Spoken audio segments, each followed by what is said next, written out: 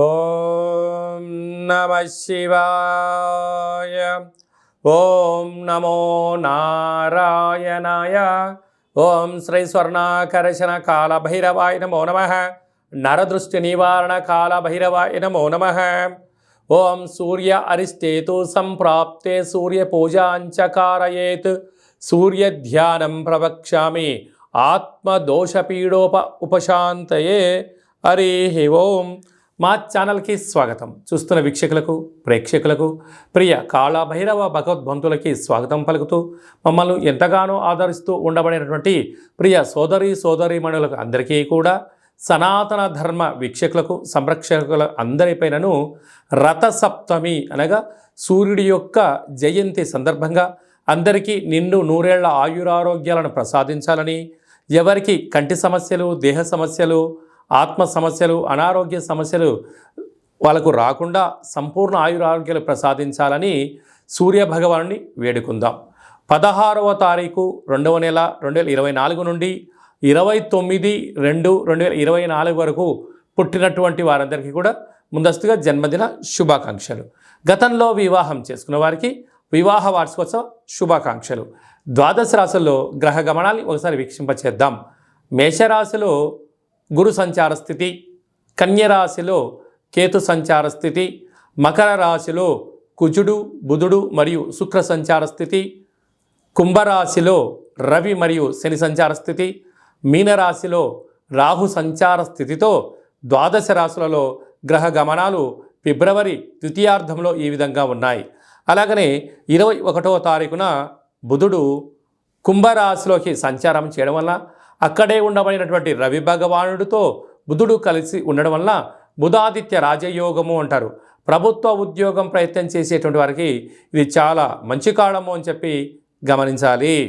తులారాశి వారు రథసప్తమి సందర్భంగా సూర్య భగవానుడి ఆశీస్సులు ఎలా పొందాలో ఈ వీడియోలో సవివరంగా సంపూర్ణంగా తెలుసుకుందాం. తులారాశిలో ఏ నక్షత్రాలు వస్తాయిగా? చిత్తా నక్షత్రంలోని 3వ పాదం, 4వ పాదం, స్వాతి నక్షత్రంలోని 4 పాదాలు, విశాఖ నక్షత్రంలోని 1, 2, 3 పాదంలో కలిపితే తులారాశి. తులారాశి యొక్క అధిపతి శుక్ర భగవానుడు.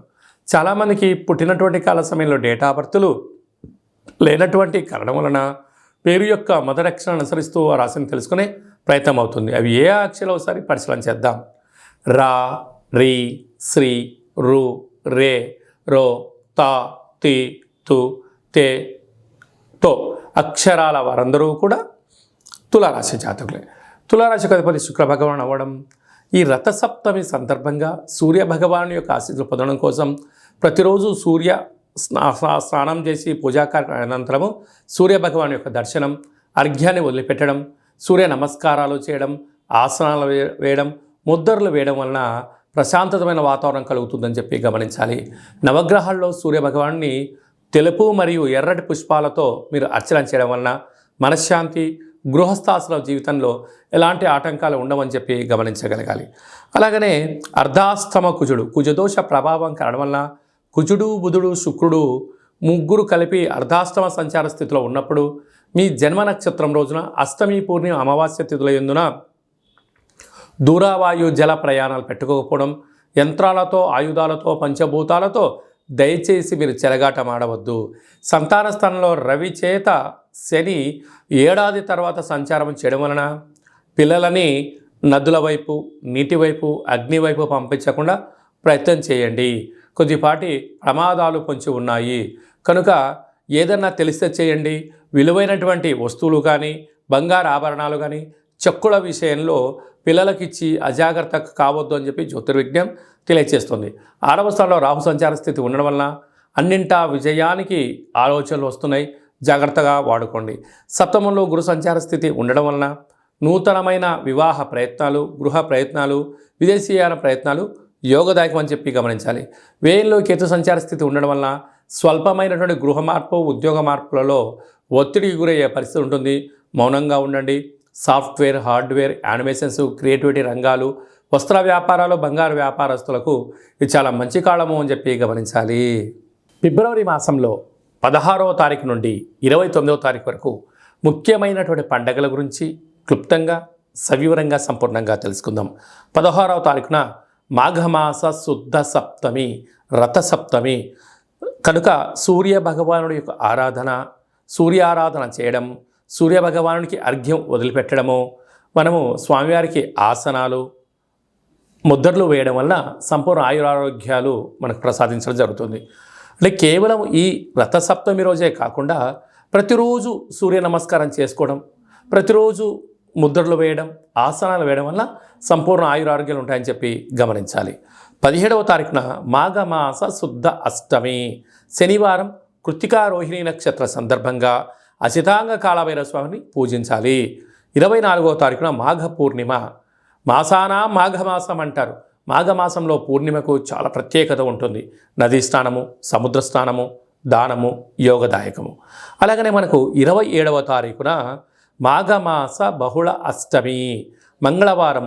ఈ 3 అంటే శుద్ధాష్టమి, బహుళాష్టమి, పూర్ణిమ, ఈ 3 విశిష్టమైన పండుగలంతా కూడా ఫిబ్రవరి నెలలో ద్వితీయార్థంలో రావడం వలన అసితాంగ కాళభైరవ స్వామివారిని పూజించడం వలన సంపూర్ణమైన అష్ట కష్టాలు తొలగిపోతాయి, అష్ట ఐశ్వర్యాలు కలుగుతాయని చెప్పి గమనించాలి.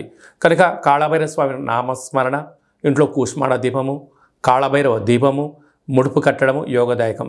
అవన్నీ కుదరనటువంటి పక్షంలో ఈ కింది నెంబర్ సంప్రదించినట్లయితే మీ పేరుపైన భగవంతుడికి అర్చన, అభిషేకము, హోమము, కూష్మాండ దీపము మీకు చేయించి వీడియో కాల్ ద్వారా చూపించి ప్రసాదాన్ని కూడా మీకు పంపించడం జరుగుతుందని చెప్పి గమనించాలి. ఇంకనూ మనం విజయం సాధించగలగాలి అన్నట్లయితే ఈ యొక్క పాత్ర కంచు పాత్ర అంటే మనకు రాసులు 12 ఎలా ఉంటాయో 12 రాసులను ఇందులో అచ్చు వేయడం జరుగుతుంది. అంటే ఈ యొక్క పాత్రను ఇంట్లో పెట్టుకొని ప్రతిరోజు మనం ఏం చేయగలగాలి అన్నట్లయితే ఓం కాళభైరవాయ నమః అనేటువంటి మంత్రాన్ని ఉచ్చరింపచేయాలి. అనగా కాలాన్ని శాసింపజేసే శక్తి కాళభైరవుడు భగవంతుడు ఉంటుంది. ఉదయము, మధ్యాహ్నము, సాయం, సంధ్య, నిశారాత్రి ఎప్పుడు పిలిస్తే అప్పుడు పలికే ఏకైక భగవంతుడే కాళభైరవ స్వామివారు.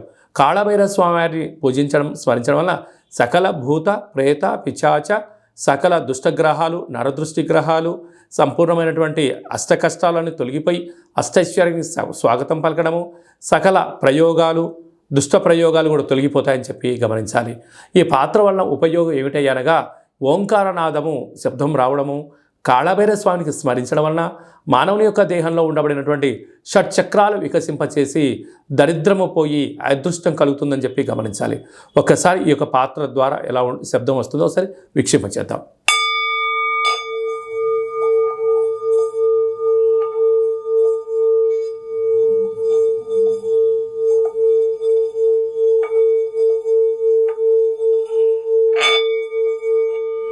ఇలాగా ఓంకార శబ్దాన్ని మనం చూసాం. అలాగా శబ్దద్వర్థం వలన సకల అష్ట కష్టాలు తొలగిపోతాయి, అష్టైశ్వర్యాలు కలుగుతాయని చెప్పి గమనించాలి. ఈ యొక్క కంచు పాత్రతో పాటు ఒక కాళభైరవ స్వామి యొక్క పిరమిడు, డాలరు, కంకణము, విగ్రహము, అలాగనే మీకోసం ప్రత్యేకంగా కాళభైరవ హోమాన్ని ప్రత్యక్ష ప్రసారంగా వాట్సాప్ కాల్ ద్వారా చూపించి మీకు అందజేయడం జరుగుతుంది. మీ పేరుపైన కూష్మాండ దీపం కూడా పెట్టడం జరుగుతుంది. ఆసక్తి గలవారు ఈ కింది నెంబర్ని సంప్రదించవచ్చు. అలాగే మీ వ్యక్తిగత జాతకం తెలుసుకోవాలనుకుంటున్నారా? మీరు పుట్టినటువంటి తేదీ, నెల, సంవత్సరం, పుట్టిన సమయం రాసి పంపించినట్లయితే 100 సంవత్సరాల జాతకాన్ని రాసి పంపించి మీరు పుట్టినప్పుడు గ్రహ గమనాలు ఎలా ఉన్నాయి, ప్రస్తుతం ఎలా ఉంటున్నాయి, రాబోయే కాలం ఎలా ఉంటున్నాయో సవివరంగా సంపూర్ణంగా మీకు తెలియజేయడం జరుగుతుంది. అలాగే చాలామందికి డేటా ఆఫ్ బర్త్లో లేనటువంటి వాళ్ళు ఎవరైనా ఉన్నట్లయితే మీ పేరు యొక్క మొదటి అక్షరాన్ని అనుసరిస్తూ ఆ రాశిని తెలియచేస్తూ కాళభైరవ ఉపాసన చేత భూత భవిష్యత్ వర్తమానాన్ని తెలియచేస్తూ మీ జాతకం చెప్పించుకున్న ప్రతి ఒక్కరికి కూడా మన యొక్క కాళభైరవ స్వామి యొక్క దేవాలయంలో అర్చన, అభిషేక, హోమ కార్యక్రమాలను కూడా చూపించి మీతో స్వామివారికి నమస్కారం పెట్టించడము, స్వామివారికి ఆశీస్సులు మీకు ప్రసాదింపజేయడం జరుగుతుంది అని చెప్పి గమనించాలి. ఆసక్తి గలవారు అపాయింట్మెంట్ తీసుకొని సంప్రదించగలరు. అలాగే మీ అబ్బాయికి కానీ అమ్మాయికి కానీ ఎంత ప్రయత్నం చేసినా వివాహం అవ్వడం లేదా, ఎందుకు అవ్వట్లేదో తెలుసుకొని వచ్చినటువంటి జాతకము, వధూవరుల జాతకాలు, జాతక పొంతన చూసి వీరికి వివాహ యోగము, సంతాన యోగము, ఎలాంటి యోగాలు ఉన్నాయో తెలియజేయడం జరుగుతుంది. అలాగే గతంలో వివాహమైన దంపతులు తరచూ గొడవ పడుతున్నారా? వారి జాతకంలో కానీ పేరులో కానీ ఏమైనా స్వల్పమైన మార్పులు చేయడం వలన వాళ్ళు పార్వతీ పరమేశ్వరులాగా కలిసి ఉండేటువంటి ఆధ్యాత్మిక సలహాలు, సూచనలు కూడా ఇవ్వడం జరుగుతుంది. అలాగనే మీకు అబ్బాయి కానీ అమ్మాయి కానీ పుట్టినప్పుడు ఎలాంటి పేర్లను పెట్టాలో మీకు తెలియజేయడం కూడా జరుగుతుంది. చాలామందికి కాళభైరవ మంత్ర సాధన ఎలా చేసుకోవాలి, కాళభైరవ స్వామి ఆశీస్సులు ఎలా పొందాలి అనుకుంటున్న వారందరికీ కూడా మన యొక్క దేవాలయంలో కాళభైరవ స్వామి యొక్క మంత్ర ఉపదేశం ఇవ్వడము, కాళభైరవ స్వామి ఆశీస్సులు ఎలా పొందాలో సవివరంగా సంపూర్ణంగా తెలియజేయడం జరుగుతుంది.